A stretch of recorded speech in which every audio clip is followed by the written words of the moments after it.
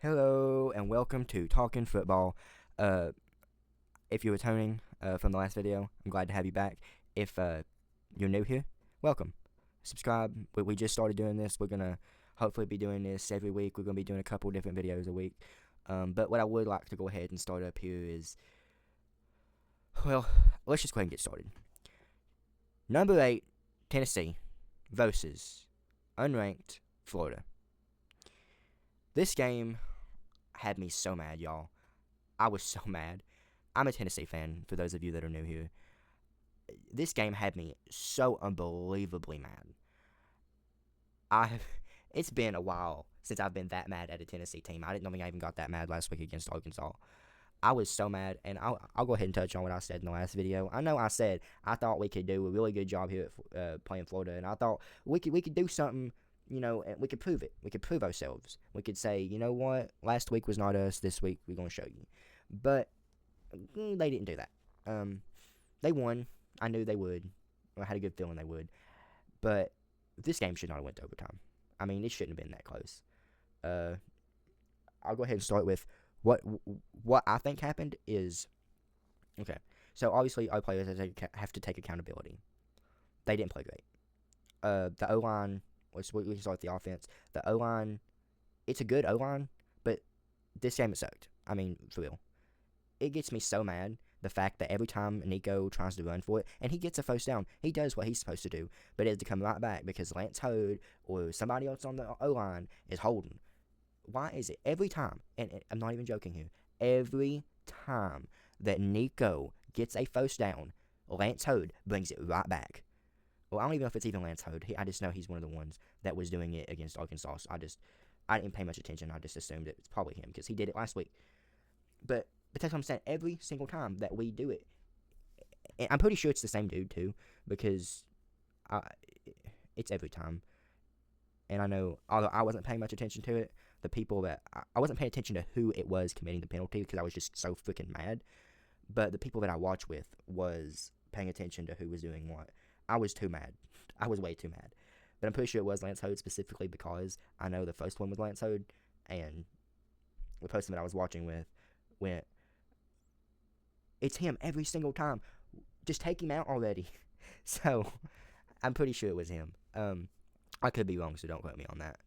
But yeah, the O-line is a real problem. A lot of people are mad at Nico. I don't even think it's Nico, y'all. I really don't. Our wide receivers are good, but I think we got the wrong ones out there, especially against Florida. Correct me if I'm wrong in the comments, but I didn't see Dante Thornton, and Dante Thornton's one of the good ones, and he was listed as, he wasn't on the injury report. He was at first, and then he was listed as questionable, but then they bumped him up to available. So, but I never heard his name called, and I didn't see him on the field, so I'm not exactly sure what happened there. Maybe I dismissed him. Maybe I wouldn't pay attention. Maybe he was on the field while I was screaming. I don't know. But I didn't see him. But what I did see a lot of was Chaz Nimrod. Well, I think I don't know his first name. I just know his last name, Nimrod. I want to say it's Chaz. Anyway, Nimrod. He's good and he could be better, but Dante Thornton should have been the one out there instead of him. First of all, but that's not really an excuse. Of course, Nico did have an inaccurate throw. He threw it out of bounds when he meant to hit a receiver downfield. I think it was Nimrod. But I don't know. You can look at this game in many, many different ways. I don't think it was Nico. I think it was mainly, like I said, the O-line letting the defense put pressure onto Nico that should have not happened. And a big thing also was the fact the play calling still sucks. Obviously, you can't blame it all on the play calling. The players have to take accountability. But at some point, the coaches have to take accountability too. I think Heupel's great, but I, however, do not think that Joey Hazel is great.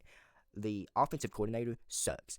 We need somebody that's going to call the right plays. And I think maybe, just maybe, okay, it's nothing I want to point out here. I think it was the third quarter or the fourth quarter. It's one of the two. Like I said, I was mad during this entire time. But in the third or the fourth, I forget where, but they started calling a lot of pass plays because they needed chunk plays, and they were getting it. They were doing good. That's what we need throughout the entire game. We need a lot of passing. We can be an air raid offense better than we can be a run offense. And I think once we start doing that, we'll start doing a lot better. And I'm hoping, maybe, I don't know for sure, but I'm hoping that at the end of that Florida game, we saw a turning point. in the Volunteers offense. Because all year, all we've done is run it. But you noticed in the third and fourth quarter against Florida, we started passing it a lot. And we were getting yardage. We were getting a ton of yardage. We scored, once we started doing that, we scored a touchdown. Then we scored, we drove all the way down the field, which we ended up stalling out, had to kick a field goal. But we hadn't had nothing all game. And finally, we started passing, and we started getting some points. And then we ended up going to overtime. I think if you start doing that in the beginning of the game, you start balancing it out a little bit more. I'm not saying pass it every play. I'm just saying balance it out. You don't have to run it every play for an entire series. Pass it here and there. Keep the defense guessing. I think that's a big thing. And of course, Florida was having problems of their own. I'll talk about Florida here for a second, and then I'll talk about Tennessee's defense. Talk about Florida's offense. So on Florida, of course, they were switching between two quarterbacks. Obviously, that's what works for them.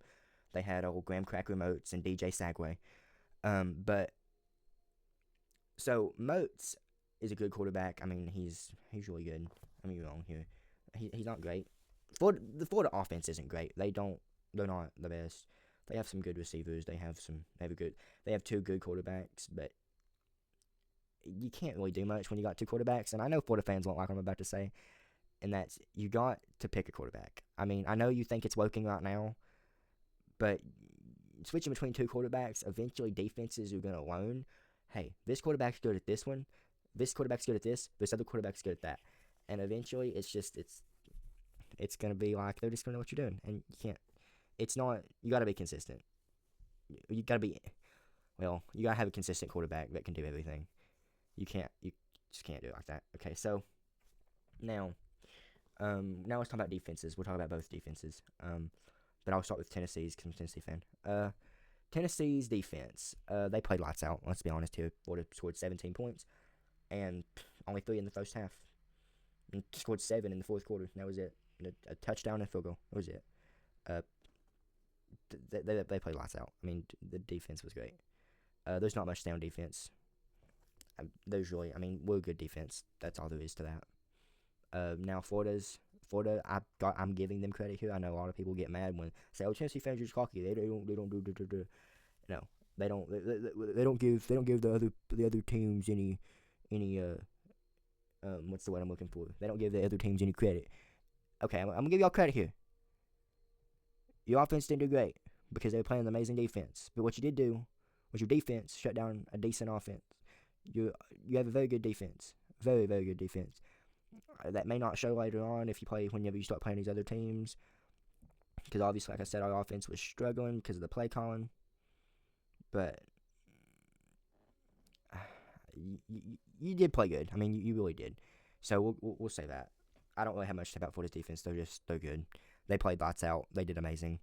They did everything they were supposed to do, and they beat our offense in every phase of the game up until the end, when our play calling improved and we was able to actually get out there and do something. However, I don't think that was necessarily Florida's fault that they couldn't stop us when we started doing that. I think it was just they got confused, which honestly anybody would, because when an offense has been running all game and then they come out throwing the ball 40 yards, it's not, you don't expect it. I can say I wasn't expecting it either. I was hoping that eventually he'd open his playbook and say, I want this pass play. I want to do this. And they did it. But at first, it was didn't look like it was going to happen. So you got to give Florida's defense credit there. Obviously, they wasn't ready for that. But, I mean, who would be? When you playing against a team that's been running the entire season, you don't expect it because you don't think they can do it. So that's not Florida's fault. But, so their defense did good. I think this is why I'm going to end this video. I hope y'all have a good day. I'm tired, y'all. That's why I keep pausing. My brain's processing. I'm a little bit tired here. It's 1:30 in the morning right now when I'm recording this. I'm very tired. I'll see y'all in the next video. I think later on this week we're going to be doing some predictions for the week 8. Is it week 8 already? It's week 8. Yeah, week 8. Had to count over here. It's week 8. We'll be doing week 8 predictions later on this week at some point. Man. I'll catch y'all in the next one. I hope y'all have an awesome day. Thanks for watching. And you already know what I'm about to say. Go Vols, baby.